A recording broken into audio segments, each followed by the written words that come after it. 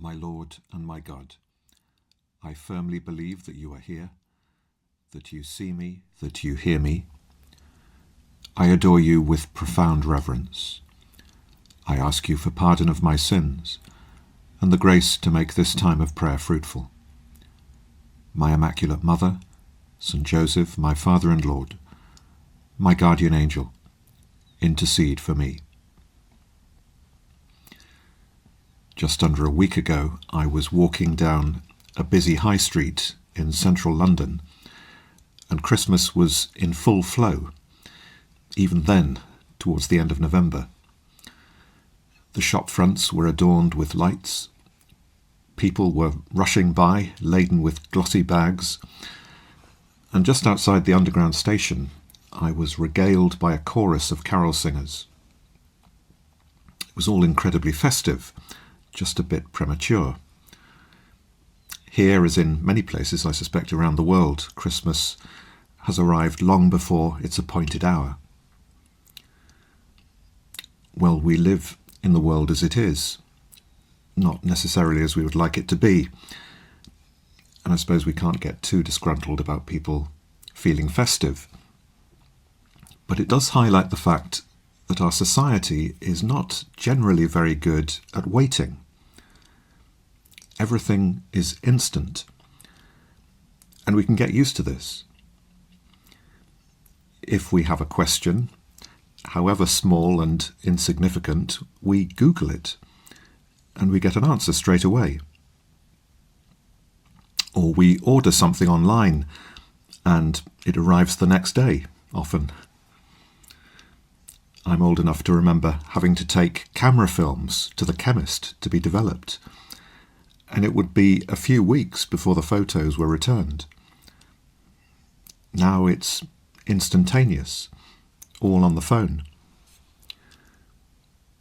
And so we're given this wonderful season of Advent as an opportunity to pause and slow down, and yes, to wait. It's an opportunity to reflect on what we're really preparing to celebrate at Christmas. What does it mean for God to enter this world as a tiny baby, to live among us, and to give his life for us, and then to rise from the dead? What does this mean for me? How does it affect the way I live my life? And how are we preparing for Christmas in a practical sense? There are lots of things we can do spiritually during Advent. Trying to cultivate more silence in our lives for a start, trying to pray more, read the Bible more, maybe turning to Our Lady by praying the Rosary more deeply. And of course, one of the best ways to prepare for Christmas is to go to confession. Advent is an opportunity to retreat to a different place. Maybe not physically. There are still practical tasks that need doing at this time of year, but certainly spiritually. We can cultivate a bit of a spiritual desert in our hearts where we can try and experience God more deeply. In today's Gospel, we have two blind men crying out to Jesus for healing. "Have mercy on us, Son of David." The persistent faith of these men results in them being completely cured. It's an example of Jesus responding to the concrete needs of the people in front of him. And we can see it as symbolic of the way God answers our prayers. If we have real faith in Christ, and if we persevere in our prayer, then he will always respond. But let's look for a moment at what you do, Jesus. Firstly, although the blind men start off by following you along the road, it's only when they reach the house and enter inside that you respond to their request. The initial encounter with you begins in a public space, with crowds of people and all the emotion that your presence was causing at the time. But it's in the more intimate atmosphere of the house that you are able to meet the real needs of the two men. You take them away from the multitude, and then healing begins to take place.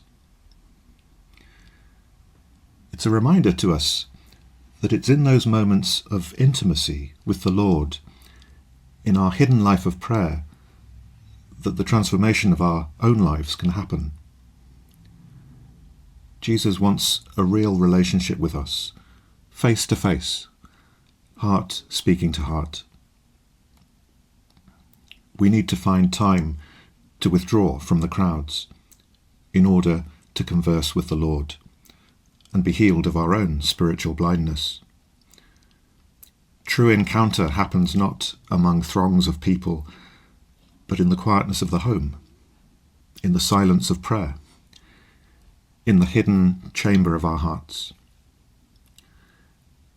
In a sense, Jesus, you're telling us in this encounter to value the experience of Advent, to value waiting, to value silence and solitude,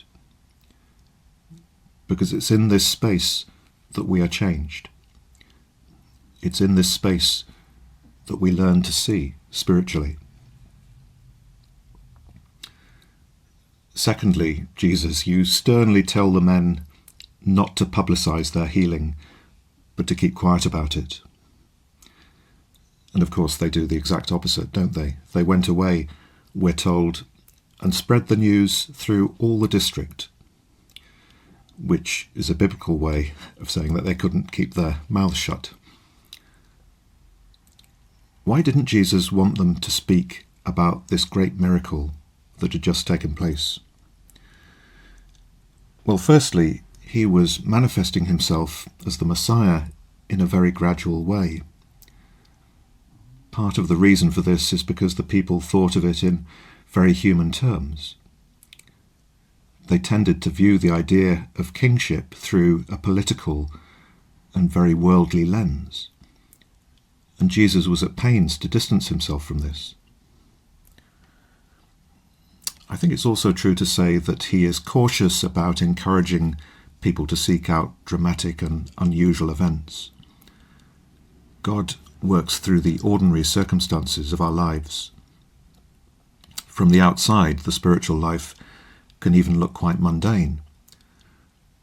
But we soon discover that with the eyes of faith, even the most everyday experience can become a moment of real encounter with Christ. But also, Lord, this passage is teaching us something about living with intentionality, about doing everything with purpose and at the proper time. When you healed the blind men, you told them, "Say nothing to anyone." Their joy was overflowing, but the command was clear. This was not the time to reveal what Christ had done for them. There's a certain order in which Jesus wishes things to be done. The Christian life isn't a patchwork of enthusiasms. It's a rhythm, a discipline, a way of living with purpose. Everything has its proper place. Prayer, service, witness, silence. So Advent is a good opportunity to think about our plan of life.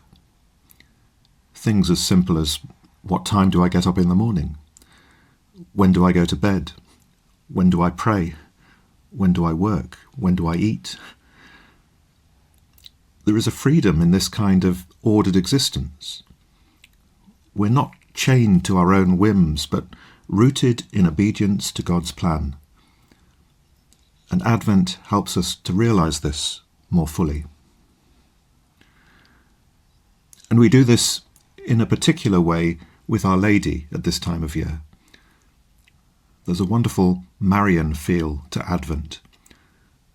The Virgin, who as Isaiah prophesies will conceive and bear a son, is very much with us. I thank you, my God, for the good resolutions affections and inspirations that you have communicated to me in this time of prayer. I ask you for help to put them into effect.